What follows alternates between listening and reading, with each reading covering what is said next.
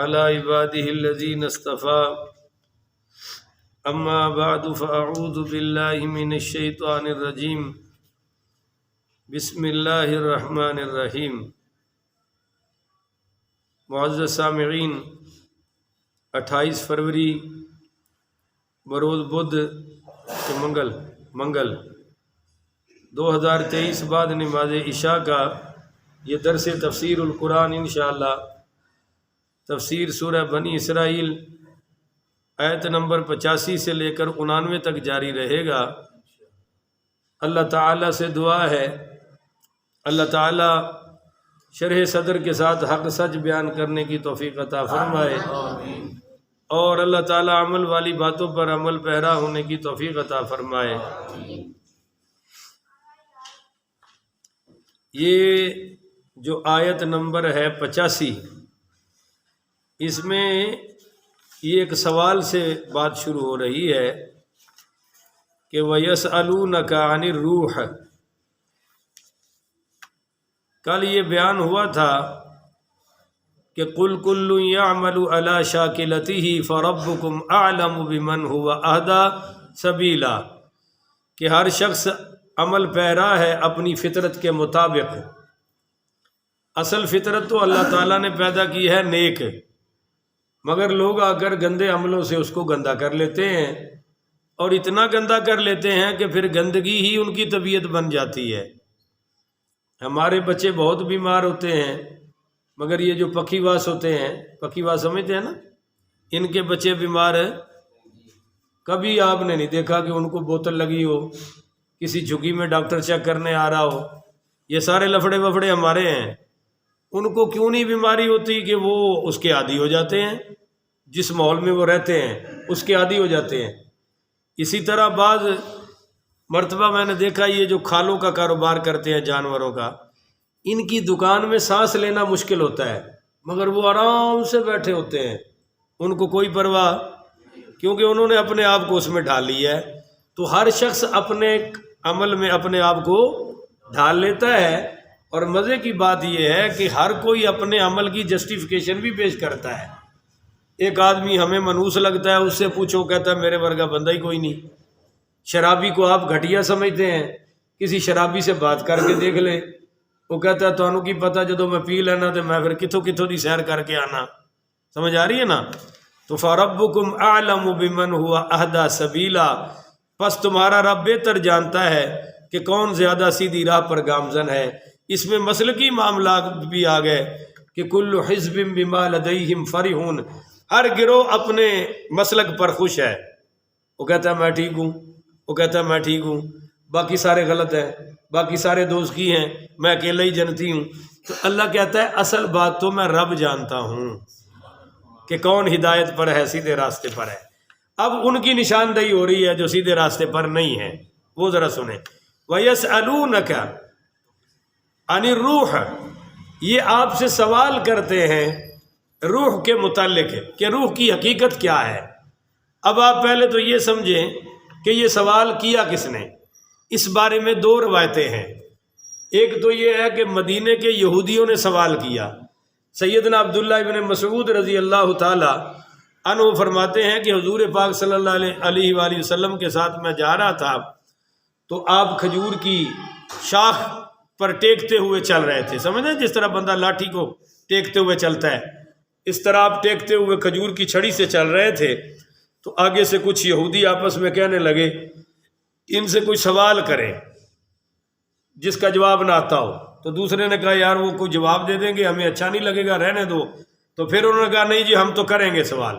تو جو ہی سرکار دو عالم صلی اللہ علیہ وآلہ وسلم قریب آئے تو انہوں نے یہ سوال کیا کہ روح کیا چیز ہے، ہمیں اس کی حقیقت بتائیے۔ تو اب یہاں سوال یہ پیدا ہوتا ہے کہ صاحب یہ تو مکی صورت ہے، آپ کہہ رہے ہیں مدینہ میں سوال کیا گیا ہے۔ تو علماء نے لکھا کہ یہ آیت مدنی ہے، اور ایک دوسری روایت بھی ہے، وہ بھی آپ ذرا غور سے سن لیں، قرآن کو سمجھنے میں یہ روایتیں بڑی مددگار ہوتی ہیں۔ وہ یہ ہے کہ مکہ کے کچھ لوگ گئے چودھری مشرک مدینہ میں، اور مدینہ کے یہودی علماء سے ملے اور ان سے کہا کہ یہودیو تم کہتے ہو کہ ہم بڑے علم والے ہیں، وہ ساڈا تے سو نبی پاک نے جینا آرام کر چھڑیا ہے، محمد ابن عبداللہ نے، وہ کہتا ہے میں نبی ہوں، لا الہ الا اللہ کی دعوت دیتا ہے۔ یار کوئی ایسا سوال دو ہمیں کہ ہم ان سے سوال کریں اور وہ ہمیں جواب نہ دے سکے، لا جواب ہو جائیں، ایسا سوال دو۔ تو یہودی علماء نے کہا کہ 3 سوال کرو، 2 سوالوں کا جواب پورا دے دے اور 1 سوال کا مختصر جواب دے تو سمجھ لو وہ سچا نبی ہے، اور اگر ان 3 سوالوں میں سے کسی ایک کا بھی جواب نہ آئے یا جواب غلط دے تو پھر وہ نبی ہو سکتا۔ انہوں نے کہا جی بتائیے وہ 3 سوال کیا ہے؟ انہوں نے کہا پہلا تو یہ ہے وَيَسْأَلُونَكَ عَنْ ذِي الْقَرْنَيْنِ، کہ اس سے ذوالقرنین بادشاہ کے بارے میں سوال کرو۔ ذوالقرنین کا جواب اگلی صورت میں آ رہا ہے سورہ کہف میں۔ دوسرا اس سے سوال یہ کرو کہ اصحاب کہف کون تھے، کتنے تھے، ان کا واقعہ کیا ہوا، اصحاب کہف غار والے، ان کا بھی ذکر اگلی صورت میں آ رہا ہے۔ اس نے کہا یہ 2 سوال تو اگر وہ نبی ہوا تو بالکل فائنل مفصل جواب دیں گے، اور تیسرا سوال ان سے کرو وَيَسْأَلُونَكَ عَنِ الرُّوحِ، کہ روح کی حقیقت کیا ہے، اس پر مختصر جواب دے تو سمجھ لو سچا نبی ہے۔ چنانچہ یہ یہاں ہے۔ ابھی روح قرآن پاک کو بھی روح کہا گیا ہے، نمبر 1۔ نمبر 2 جبریل امین کو بھی روح کہا گیا ہے۔ نمبر 3 حضرت عیسیٰ علیہ السلام کو بھی روح کہا گیا ہے۔ اور نمبر 4 جو انسان کے اندر ہے بولو اس کو بھی روح کہا گیا ہے۔ تو قرآن میں روح ان 4 معنوں میں استعمال ہوا ہے۔ اب سمجھیے وَيَسْأَلُونَكَ عَنِ الرُّوحِ، جب یہ سوال کیا تو قُلِ الرُّوحُ مِنْ أَمْرِ رَبِّي، قل آپ فرما دیجئے کہ الروح من امر ربی، کہ روح رب کا امر ہے۔ آپ تھوڑا سا تکلیف فرما لیں کہ روح رب کا امر ہے۔ تو جی میں کو کل سے پڑھنے لگا ہوں، اتنی تفاسیر پڑھی ہیں، شیعوں کی بھی پڑھی ہیں، اتنی لمبی بحثیں ہیں، روح یہ ہے، روح یہ ہے، روح یہ ہے، روح یہ ہے، پر اس کی کسی ایک بات پر علماء متفق ہے، کیونکہ کسی سے ملاقات ہوئی ہو تو پتہ چلے نا روح کیا ہے۔ اب میں آپ کو بتاتا ہوں۔ حضرت مولا علی المرتضیٰ شیر خدا کرم اللہ وجہ الکریم پڑھی رضی اللہ تعالی، واقعی باب العلم تھے نا۔ وہ فرماتے ہیں مولا علی پاک علیہ السلام کہ روح ایک فرشتہ ہے جس کے 70,000 چہرے ہیں اور ہر چہرے میں 70,000 زبانیں ہیں، اور وہ تمام زبانوں سے اللہ کی پاکیزگی بیان کرتا رہتا ہے۔ سبحان اللہ، بن دی ہے پر کھا گیا ہوں، چھوٹے کہن گے بڑے نہیں کہن گے۔ حضرت مجاہد بہت بڑے تابعی ہیں، وہ کہتے ہیں کہ روح ایک مخلوق ہے جو ہے تو آدمی کی شکل کے، ان کے ہاتھ بھی ہیں، پاؤں بھی ہیں، وہ کھانا بھی کھاتے ہیں، لیکن وہ آدمی ہے نہیں، اور فرشتے بھی ہے، مخلوق ہی اللہ کی۔ سعید بن جبیر رحمۃ اللہ علیہ جو سید التابعین ہیں، وہ فرماتے ہیں کہ عرش کے سوا اللہ نے روح سے بڑی کوئی اور مخلوق پیدا نہیں فرمائی، یعنی عرش تو بعد سب سے بڑی جو مخلوق ہے وہ روح ہے۔ اور فرماتے ہیں کہ اگر وہ چاہے، یعنی روح چاہے، تو 7 آسمانوں اور 7 زمینوں اور ان کی ساری مخلوقات کو ایک لقمہ بنا کر نگل جائے، یعنی روح اتنی بڑی طاقتور مخلوق ہے جی۔ اس کی جسمانی ساخت تو فرشتوں جیسی ہے، اور چہرے کا جو ڈول ہے وہ آدمیوں کے چہروں کی طرح ہے، اور قیامت کے دن وہ عرش کے دائیں جانب کھڑا ہوگا روح، اور تمام مخلوق سے زیادہ اللہ کے قریب 70 حجابوں کے پاس موجود ہوگا، اور یہ روح توحید والوں کی شفاعت کرے گا جو مخلوق کی صورت میں ہوگا۔ اگر اس کے اور ملائکہ کے درمیان نور کا حجاب پردہ حائل نہ ہو تو آسمانوں والے اس کے نور سے جل جائیں۔ حضرت اکرمہ رحمۃ اللہ علیہ فرماتے ہیں کہ روح فرشتوں سے بھی بڑی مخلوق ہے، اور کوئی فرشتہ نازل نہیں ہوتا مگر اس کے ساتھ روح ضرور ہوتی ہے۔ تو یہ جناب اللہ تعالیٰ کی طرف سے 2 شعبے ہیں، ایک ہے خلق، لفظ بولو سارے، خلق کا معنی پیدا کرنے والا، پیدا کرنا۔ جیسے آپ پہلے ایک مٹیریل لیتے ہیں کسی چیز کا، پھر اس کو کانٹ چھانٹ کرتے ہیں، پھر اس کو جوڑتے ہیں، اور اس کو پھر بجلی سے کنیکشن دیتے ہیں۔ تو اللہ تعالیٰ جب کسی چیز کو بنانا چاہتا ہے اس کو کہتے ہیں عالم خلق، امر خلق۔ تو اللہ فرماتا ہے کن ہو جا فیکون ہو جاتا ہے۔ ایک ہے عالم امر۔ عالم امر کیا ہے کہ اس میں اللہ ایک چیز ڈالتا ہے جس سے اس میں جان پیدا ہو جاتی ہے، اس چیز کو روح کہتے ہیں۔ یہ امر ربی ہے۔ بولو بھائی، یہ امر انسان میں بھی ہے اور جانوروں میں بھی ہے۔ جانوروں میں اپنی ہے اور انسانوں میں، کتے میں روح ہو تو بھونکتا بہت زیادہ ہے، اور انسان میں روح ہو تو وہ کیا کیا کرتا ہے آپ کے سامنے ہے، لڑاکا لڑتا ہے، چور چوری کرتا ہے۔ یہ سب روح کے کرشمے ہیں۔ اور جب بندہ کہتے ہیں آپ فوت ہو گیا تو کیا ہوتا ہے کہ روح نکلتی ہے۔ بولو کیا نکلتی ہے؟ جسم تو سارا صحیح ہے، روح نکل گئی۔ اس روح کو لینے کے لیے فرشتے آتے ہیں، اور بندہ نیک ہو تو ذرا پروٹوکول سے آتے ہیں۔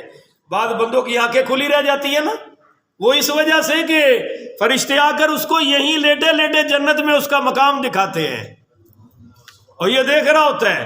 وہ کہتے ہیں وہاں جانا، پریشانی نہ کرنا۔ اور میرے نبی کریم صلی اللہ علیہ وآلہ وسلم نے فرمایا جب روح نکلتی ہے 7 آسمانوں کے اوپر جاتی ہے، عالم ارواح کا وہاں ایک مرکز ہے۔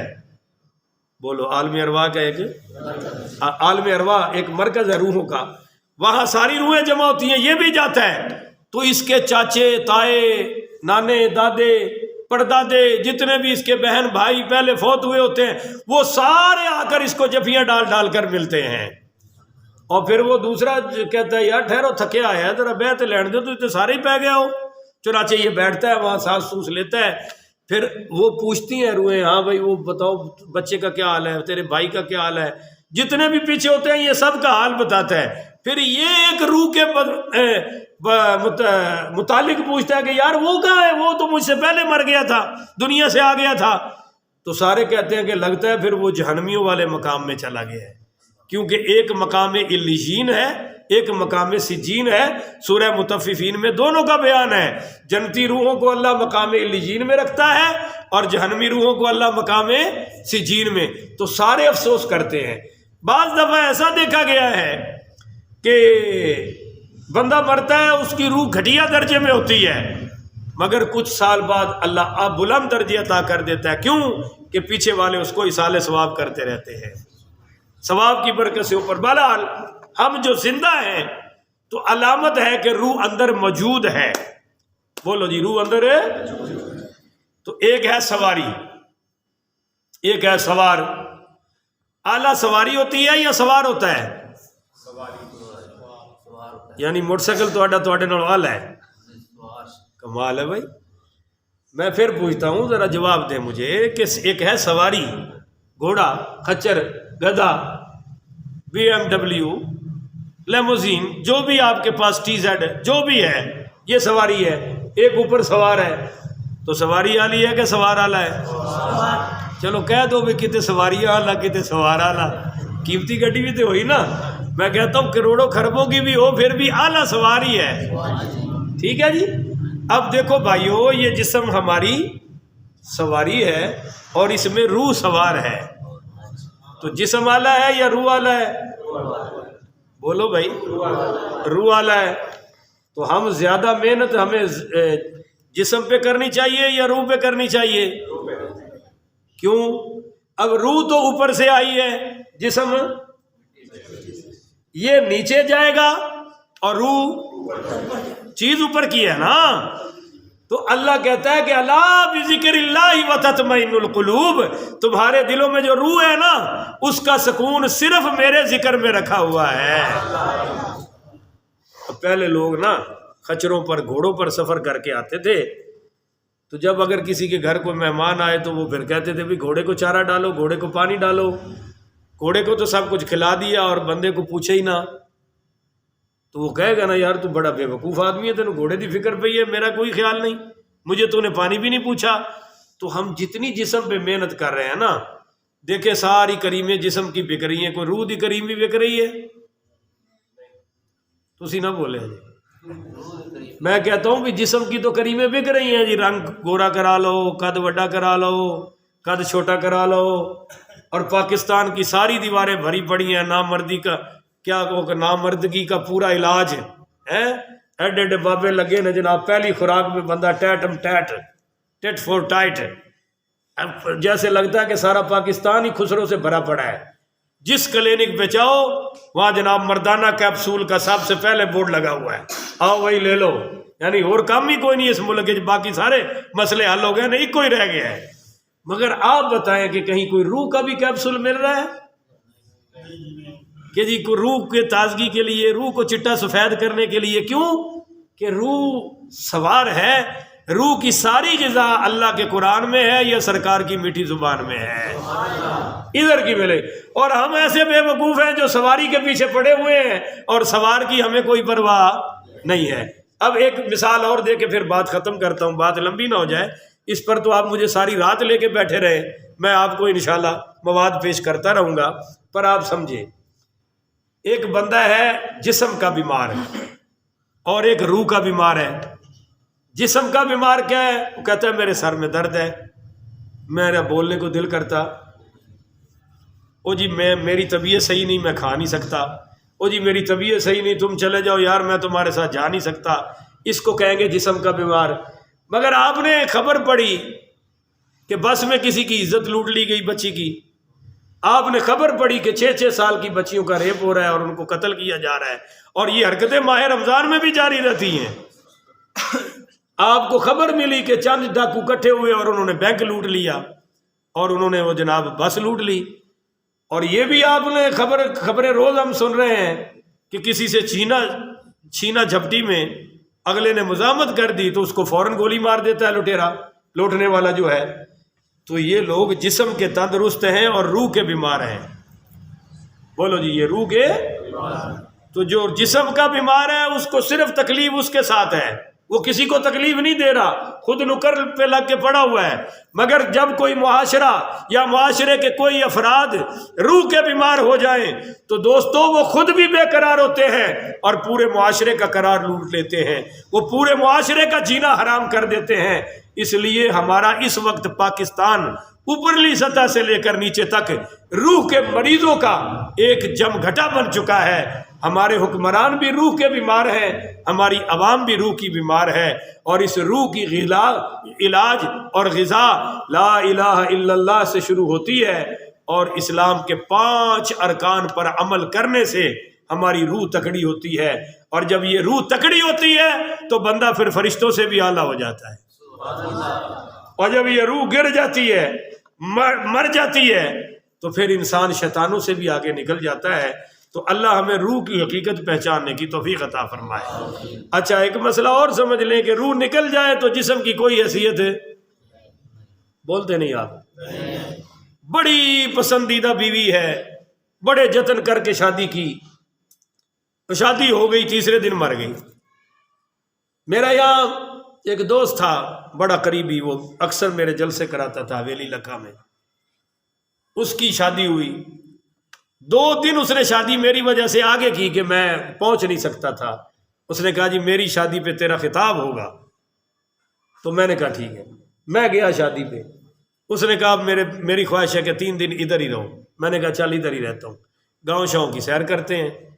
وہ بیچارہ پہلی رات میں ہی فوت ہو گیا، اور صبح میں نے اس کا عصر کے بعد جنازہ پڑھایا۔ آپ یقین کریں کہ کوئی ایسا شخص نہیں تھا جو رو نہ رہا ہو، اور ہر بندہ دھاڑ دھاڑ۔ اس نے کہا جی اس شادی کے لیے اس نے اتنے پاپڑ بیلے ہیں کہ اگر یہ جہاد کشمیر پہ جاتا تو شاید کشمیر بھی فتح کرا لیتا، اور ایک رات، پہلی رات میں وہ بیچارہ فوت ہو گیا۔ جون جولائی کا مہینہ تھا۔ عرض کرنے کا مقصد یہ ہے کہ جب روح نکل جائے تو وہی محبوبہ ہے، مگر اس کو کوئی گھر میں رکھتا، وہی بیوی ہے، وہی ماں ہے، وہی باپ ہے، وہی بھائی ہے، مگر کہتے ہیں جی میت تیار کرو جی لے جاؤ، تو ساری رونقیں کے روح کی ہیں۔ تو ہمیں زیادہ جسم پر محنت کرنی چاہیے یا روح پر محنت کرنی چاہیے؟ روح نہیں مرتی، یہ روح انشاءاللہ جنت میں بھی ہمارے ساتھ ہوگی۔ اچھا بات لمبی نہ ہو جائے، آپ چلتے ہیں جی۔ وَمَا أُوتِيتُم مِّنَ الْعِلْمِ إِلَّا قَلِيلًا، اللہ فرما رہا ہے کہ تمہیں تو اس کے متعلق تھوڑا سا علم دیا ہے مگر تھوڑا سا۔ وَلَئِنْ شِئْنَا لَنَذْهَبَنَّ بِالَّذِي أَوْحَيْنَا إِلَيْكَ، اگر ہم چاہتے تو سلب کر لیتے آپ سے واپس لے لیتے وہ وہی جو ہم نے آپ کی طرف نازل کی ہے. ثم لا تجد لک بہ علینا وکیلا، پھر آپ کوئی ایسا وکیل نہ پاتے جو آپ کے لیے اس کے متعلق ہماری بارگاہ میں وکالت کرے.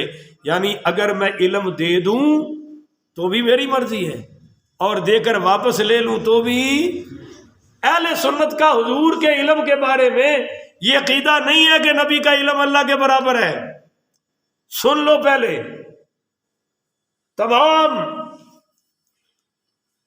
تمام انبیاء کا علم حضور پاک صلی اللہ علیہ وآلہ وسلم کے سامنے ایسے ہے جیسے سمندر کے قطرے کا کروڑواں حصہ. حضور کا علم ان نبیوں میں سب سے اعلیٰ ہے، اور نبی کریم علیہ الصلوۃ والسلام کا علم مبارک جو ہے وہ اللہ کے سامنے ایسے ہی ہے جیسے قطرے کا کروڑواں حصہ ہوتا ہے. تو سب سے زیادہ علم والا کون ہے جی؟ اللہ کا علم غیر متناہی ہے، حضور کا متناہی ہے. اللہ کے علم میں فنا نہیں، حادثہ نہیں. حضور کا جو علم ہے وہ ممکن الفنا والحوادث ہے، اور حضور کا علم عطائی ہے. اللہ کا علم ذاتی، ازلی، ابدی ہے. تو اہل سنت نے کبھی بھی نبی اور اللہ کے علم کو برابر نہ کہا ہے، نہ سمجھا ہے، نہ ہمارا فتویٰ ہے. جاہل لوگوں کو سمجھ نہیں آتی اس کی، بار بار فتوے لگاتے ہیں. اللہ لے لے تو بولیے کوئی وکیل اللہ سے جھگڑ سکتا؟ پر اللہ رحمت من ربک، یہ سوائے اپنے رب کی رحمت کے کہ وہ ہمہ وقت آپ کے شامل حال ہے. یعنی اے میرے نبی یہ جو میں تمہیں علم دے رہا ہوں نا، یہ اللہ کی رحمت ہے. تو رحمت ہے اللہ کا علم. بولو جی اللہ کا. اتنے نوکری لگ جائے تو کہنا بڑی رحمت ہوگی جی، نوکری لگ گئی ہے. اے کہو نا جی بڑی اللہ دی رحمت ہے کہ سانو روزانہ قرآن مل رہے، سانو روزانہ دین دا علم نسی. اینو رحمت کہو نا، اللہ کہہ رہے رحمت ہے. اور ان فضلہ کان علیک کبیرا، یقیناً اس کا فضل و کرم آپ پر بہت بڑا ہے. وعلمک ما لم تکن تعلم، آگے کی ہے وعلمک ما لم تکن تعلم وکان اللہ فضلا عظیما ہے وہاں لفظ، اور یہاں علیک کبیرا وہ فضل عظیم ہے جو آپ نہیں جانتے تھے، میں نے سب کچھ آپ کو عطا فرما دیا ہے. اور یہ فضل کبیر ہے کہ میں آپ کو علم دے رہا ہوں. قل، آپ ان سے فرمائیے، لئن اجتمعت الانس والجن، کہ سارے انسان، سارے جن اس بات پر جمع ہو جاؤ، الی ان یاتوا بمثل ھذا القرآن، کہ لے آئیں اس قرآن کی مثل. تو فرمایا لا یاتون بمثلہ، یہ سارے انسان اور جن جمع ہو کر بھی اس جیسا قرآن لا سکتے. قرآن میں 3 عنوانوں سے یہ چیلنج دیا گیا ہے منکرین کو کہ اس جیسا قرآن لے آؤ. یہاں یہ چیلنج ہے. دوسرا 10 صورتیں لے آؤ، فاتو بعشر سور مثلہ، 10 لے آؤ اس جیسی. تیسرا اللہ کہتا ہے وَإِن كُنتُمْ فِي رَيْبٍ مِّمَّا نَزَّلْنَا عَلَىٰ عَبْدِنَا فَاتُوا بِسُورَةٍ مِّن مِّثْلِهِ، جاؤ پھر سارے اکٹھے ہو کر اس قرآن کی ایک سورت جیسی سورت ہی لے آؤ. جب یہ آیت نازل ہوئی تو صحابہ نے سورت الکوثر بیت اللہ کے چوک میں لٹکا دی، لکھ کے لگا دی کہ لاؤ بھائی اس جیسی کوئی لے آؤ سارے. تو یہاں بھی قرآن یہ کہہ رہا ہے کہ ظالموں، قرآن کے آگے کٹ حجتیاں کرتے ہو، قرآن کے آگے بہانے بناتے ہو. سارے جن کافر اور مسلمان، کافر انسان اور کافر جن اکٹھے ہو جاؤ نا تو لا یاتون بمثلہ، اس جیسا کوئی قرآن بولو لا سکتے. وَلَوْ كَانَ بَعْضُهُمْ لِبَعْضٍ ظَهِيرًا، اگرچہ ایک دوسرے کے مددگار بھی بن جائیں پھر بھی قرآن کا مقابلہ نہیں لا سکتے. وَلَقَدْ صَرَّفْنَا لِلنَّاسِ فِي هَذَا الْقُرْآنِ مِنْ كُلِّ مَثَلٍ، بلا شبہ ہم طرح سے بار بار بیان کی ہیں لوگوں کے لیے اس قرآن میں ہر قسم کی مثالیں تاکہ وہ ہدایت پالے. فَأَبَى أَكْثَرُ النَّاسِ إِلَّا كَفُورًا، بس انکار کر دیا اکثر لوگوں نے سوائے اس کے کہ وہ ناشکری کرنے والے ہیں. انہوں نے قرآن پر اللہ کا شکر نہیں کیا. یہاں یہ یاد رکھ لیں کہ ایک وقت آئے گا یہ جو اللہ نے فرمایا وَلَشِئْنَا لَنَذْهَبَنَّ بِالَّذِي أَوْحَيْنَا إِلَيْكَ، کہ اگر ہم چاہیں تو اس کو اٹھا لیں، واپس لے لیں جو وحی آپ کی طرف کی ہے. بس اس پر یہ روایت سن لیں اور بات ختم. سیدنا عبداللہ ابن مسعود پڑھیے رضی اللہ تعالی عنہ، فرماتے ہیں کہ قیامت سے پہلے قرآن کو اٹھا لیا جائے گا، قبل اس سے اس کے کہ قرآن اٹھا لیا جائے، اس کو پڑھا کرو، یعنی اس کو سمجھو اور عمل کرو۔ تو ایک شخص کہنے لگا یہ تحریریں تو اٹھائی جا سکتی ہیں کہ نئی نقلیں کرنا چھوڑ دیں اور پرانی تحریریں فرسودہ ہو جائیں، مٹ جائیں، قرآن کے نئے چھاپے نہ آ جائیں، لیکن جو قرآن سینوں میں ہے وہ کیسے اٹھایا جائے گا؟ تو سیدنا عبداللہ بن مسعود نے فرمایا کہ لوگ رات گزاریں گے، سینوں میں قرآن ہوگا، پھر اٹھا لیا جائے گا، اور صبح کو اٹھیں گے تو کچھ بھی یاد نہیں ہوئے گا، اور لکھے ہوئے کاغذوں میں بھی کچھ نہیں ملے گا، اللہ وہاں کاغذوں سے بھی قرآن اٹھا لے گا۔ آخر میں شاعری میں لوگ لگ جائیں گے، شعر سنا کریں گے، اور جو جاہل ہیں وہ اب بھی صبح صبح نماز نہیں پڑھتے پر قوالی بولتے نہیں ہو، وہ نماز نہیں پڑھتے جی، قرآن پڑھتے ہی نہیں، قوالی لگا لیں گے یا کوئی نہ کوئی نعت لگا لیں گے، وہ جو گانوں کے طرز پہ پڑی ہوئی ہے، صبح صبح جھوم رہے ہوں گے، سن رہے ہوں گے۔ تو یہ عبداللہ ابن مسعود فرما رہے ہیں قرآن اٹھا لیا جائے گا، لوگ شعر و شاعری پہ لگ جائیں گے۔ تو اس لیے بھائی حضرت عبداللہ بن عمر بن العاص نے فرمایا کہ قیامت قائم ہونے سے پہلے قرآن لوٹ کر وہیں چلا جائے گا جہاں سے اترا تھا، وہیں چلا جائے گا لوح محفوظ میں۔ تو شہد کی مکھیوں کی بھن بھناہٹ کی طرح عرش کے ارد گرد اس کی بھی گنگناہٹ ہوگی۔ اللہ تعالیٰ فرمائے گا قرآن کیا بات ہے، کیوں بول رہا ہے؟ قرآن کہے گا میرے مالک مجھے پڑھا تو جاتا تھا مگر مجھ پر عمل نہیں کیا جاتا تھا، اس لیے تو نے مجھے اٹھا لیا ہے۔ فرمایا ہاں، کیونکہ تجھ پر عمل نہیں کرتے تھے لوگ اس لیے اٹھا لیا۔ تو میرے بھائیوں، اللہ ہمیں قرآن سمجھنے کی بھی توفیق عطا فرمائے، اور اللہ ہمیں قرآن پر عمل کرنے کی توفیق عطا فرمائے۔ عمل تب ہی ہوگا نا جب علم ہوگا، تو جنہیں علم سننا ہی نہیں عمل کتوں آنا ہے؟ اللہ تعالیٰ سمجھ عطا فرمائے، اچھی تھوڑا کو آمین، قبول ہو جائے۔ آخر ودعوانا ان الحمدللہ رب العالمین۔